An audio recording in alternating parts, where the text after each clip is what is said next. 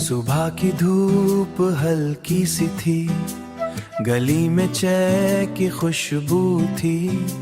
टपरी के पास मैं रुक गया और फिर तुझे वहां देख लिया।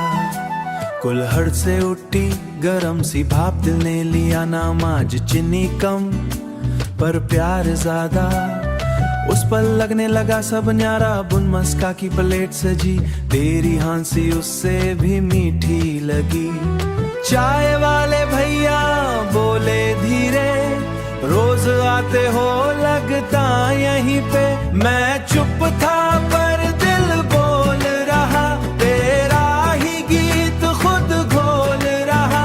तेरे हाथ में छोटी सी चाय, मुझे लगा दुनिया यही समाई।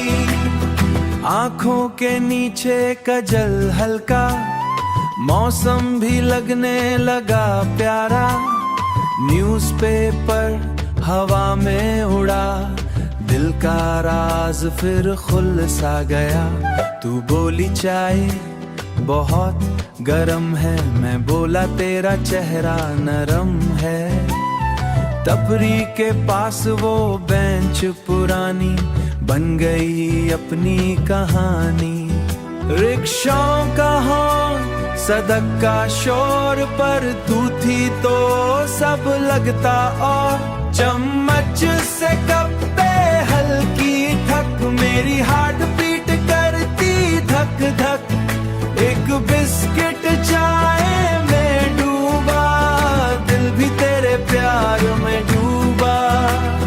पैसे देने का सीन हुआ, मैंने बोला आज मेरा हुआ।